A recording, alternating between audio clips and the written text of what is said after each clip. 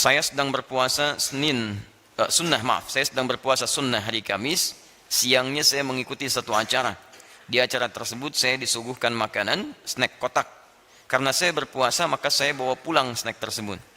Sesampainya di rumah, saya buka kotak snack tersebut. Masya Allah. Ternyata isinya makanan yang mudah basi.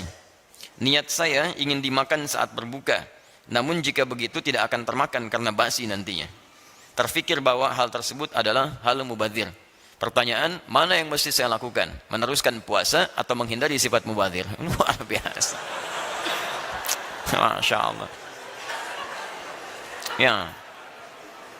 Sekian Ustaz. Semoga Ustaz sudah diberkahi usianya. Amin. Jazakumullah khair. Baik. Sudah berapa lama antum bertanya ini? Makanannya sudah lewat barangkali. Ini unik sebetulnya pertanyaan ini. Ya, sudah tahu puasa sempat-sempatnya dibuka gitu kan? Ya.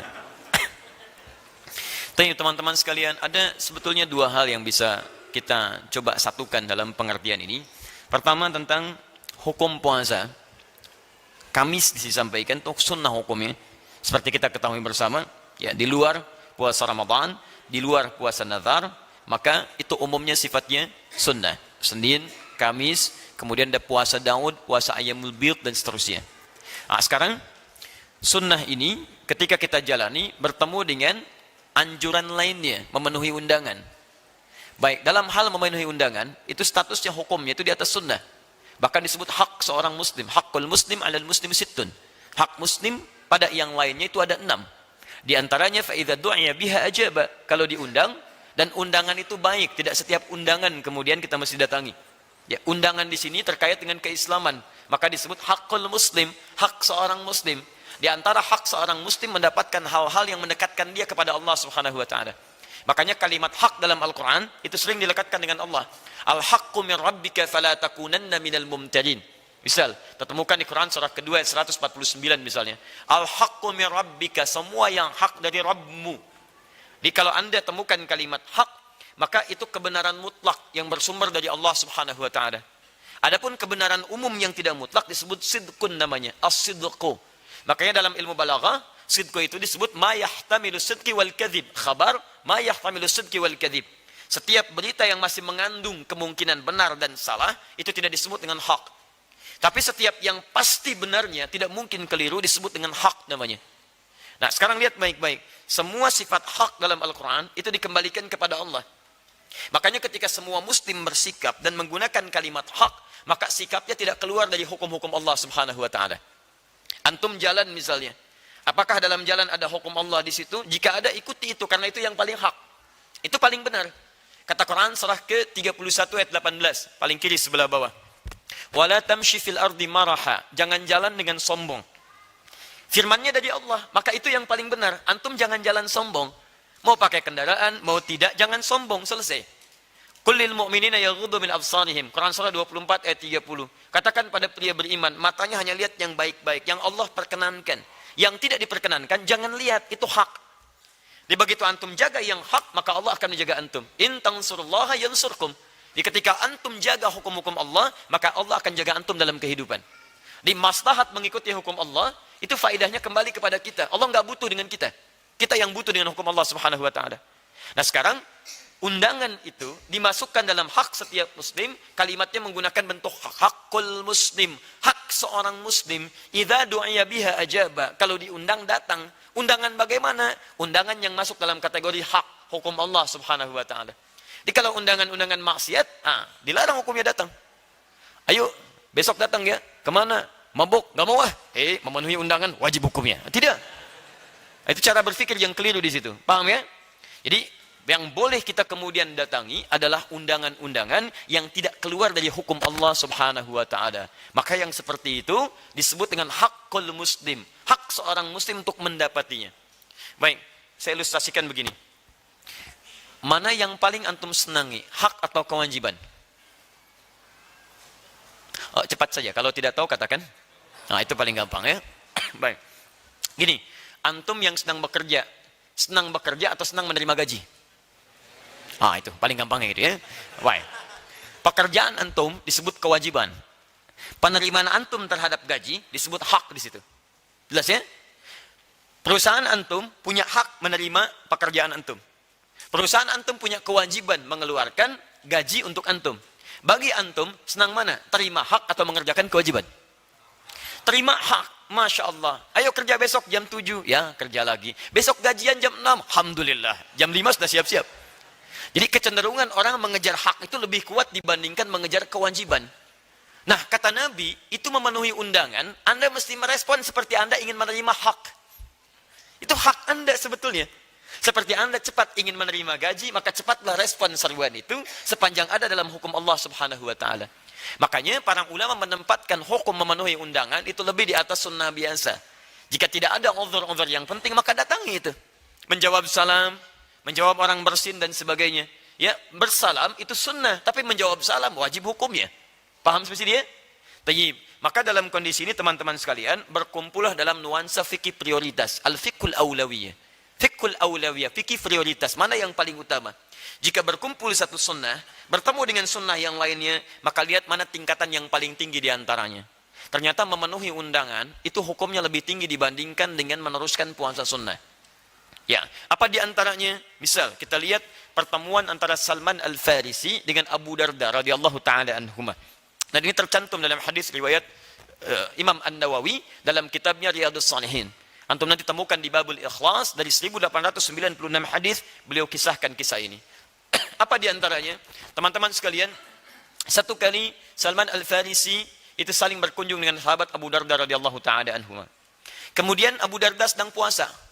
Kedatangan Salman. Ya, Salman pun puasa. Ini yang paling menarik. Lihat baik-baik. Salman puasa, Abu Darda puasa.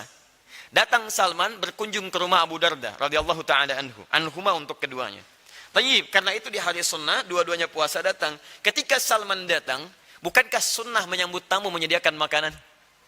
Man kana yu'minu billahi wal yawmil akhir falyukrim dhaifah. Siapa yang merasa beriman pada Allah dan hari akhir, maka muliakan tamunya. Cara memuliakan tamu, hidangkan makanan. Bahkan itu disebutkan sunnah-sunnah Nabi sebelumnya. Nabi Ibrahim menghidangkan makanan, padahal tamunya datang di pertengahan malam. Quran surah ke-51, ayat 24-30. Paling kanan dari tengah ke bawah. Hal ataka hadits dhaif Ibrahim al-mukramin? Sudahkah Anda dengar kisah tentang Nabi Ibrahim yang kedatangan tamu di malam-malam tapi tetap dimuliakan oleh beliau? Anda bayangkan, kalau bukan perintah Allah, mustahil Nabi Ibrahim menerima tamu itu. Tapi karena itu perintah dari Allah, bukan karena tamunya, karena Allah perintahkan. Kalau nggak diperintahkan, nggak akan dilihat. Iddakhalu alaihi faqalu salama. Ketika malam-malam ketuk pintu mengucapkan assalamualaikum, assalamualaikum. Gampang teman-teman, maaf ya, antum tengah malam jam 2 tuh, dari luar, assalamualaikum, assalamualaikum. Bukan 1-2 orang, agak banyak, dibuka nggak? Karena kita melihat dengan persepsi kita. Tapi kalau kita lihat dengan persepsi iman, minimal jawab salam. Muliakan tamu, waalaikumsalam, intip dari luar, begitu diintip, Masya Allah, jubah putih, rambut agak panjang, assalamualaikum, tengah malam, dibuka nggak? Taib. Itu kalau urusan manusia kita pikirkan, tapi karena sunnah ini hadir, dan ini bagian dari perintah Nabi kita, maka Masya Allah Nabi Ibrahim tidak banyak kata, dibuka, Waalaikumsalam, qala salam, qaumun munkarun. Ini orang saya belum pernah lihat, orang asing. Kalau orang asing berarti capek. Kalau capek tidak banyak harus ditanya dan komentari, silahkan istirahat. Apa yang kemudian yang terjadi? Faragha ila ahlihi faja'a bi'ijlin samin. Datanglah kepada istri beliau, Masya Allah bertanya, ada menu terbaik apa untuk tamu kita malam ini? Tidak ada kemudian sisa-sisa makanan, yang ada lembu anak sapi. Itu masih sempat bikin gulai, Pak. Sembelih dulu malam-malam hari. Sembelih, bikin gulai, kemudian setelah itu dihidangkan kepada tamunya. Faqarrabahu ilaihim qala ala ta'kulun. Didekatkan kepada mereka, silahkan makan. Masya Allah, memuliakan tamu. Cuman situasi agak beda. Tamunya nggak mau ngambil makanan. Ibrahim duduk alaihissalam, yang lain tamu duduk, ketika dihidangkan makanan gak mau ngambil. Dilihat dari atas ke bawah, kaki gak napak ke lantai. Tengah malam, ya. Nanti kisahnya saya teruskan lagi nanti supaya tidak terlampau panjang. Kembalikan ke sini, di sunnah memuliakan tamu itu, Anda jangan lihat hari apa tamu datang, tapi Anda harus cari peluang pahala. Hidangkan makanan, tampilkan kepadanya. Abu Darda menghidangkan makanan, dihadirkan kepada Salman Al-Farisi radhiyallahu taala anhuma, untuk Salman, untuk Abu Darda. Datang kemudian, apa yang terjadi? Salman tahu kebiasaan sahabatnya.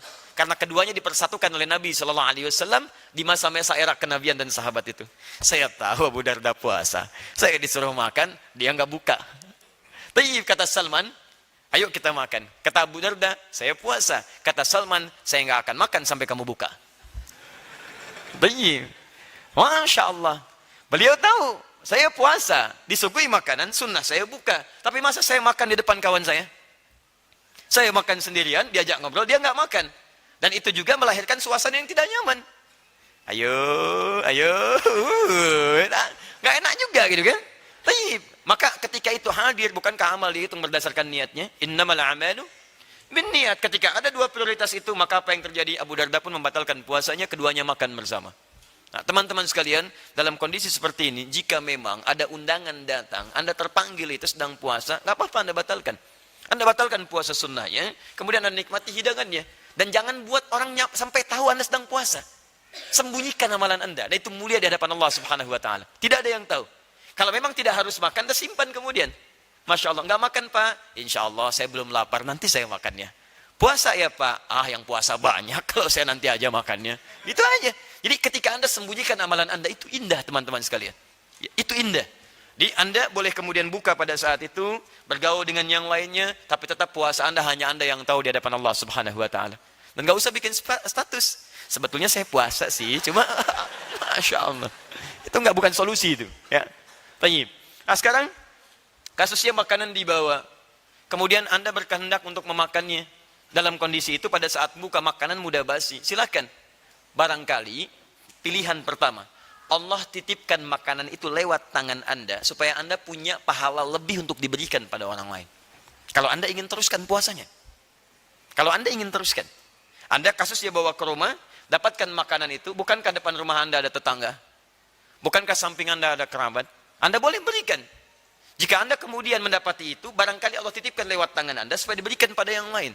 Tapi kasusnya kalau Anda cuma sendirian, datang sendirian, belum ingin berbagi, Anda ingin menikmati, tandanya Anda lapar pada saat itu. Udah, ya, Anda berbuka, Anda makan makanannya, Anda dapat pahala puasa, dan insya Allah tidak menyia-nyiakan nasi yang sudah hadir di hadapan Anda insya Allah.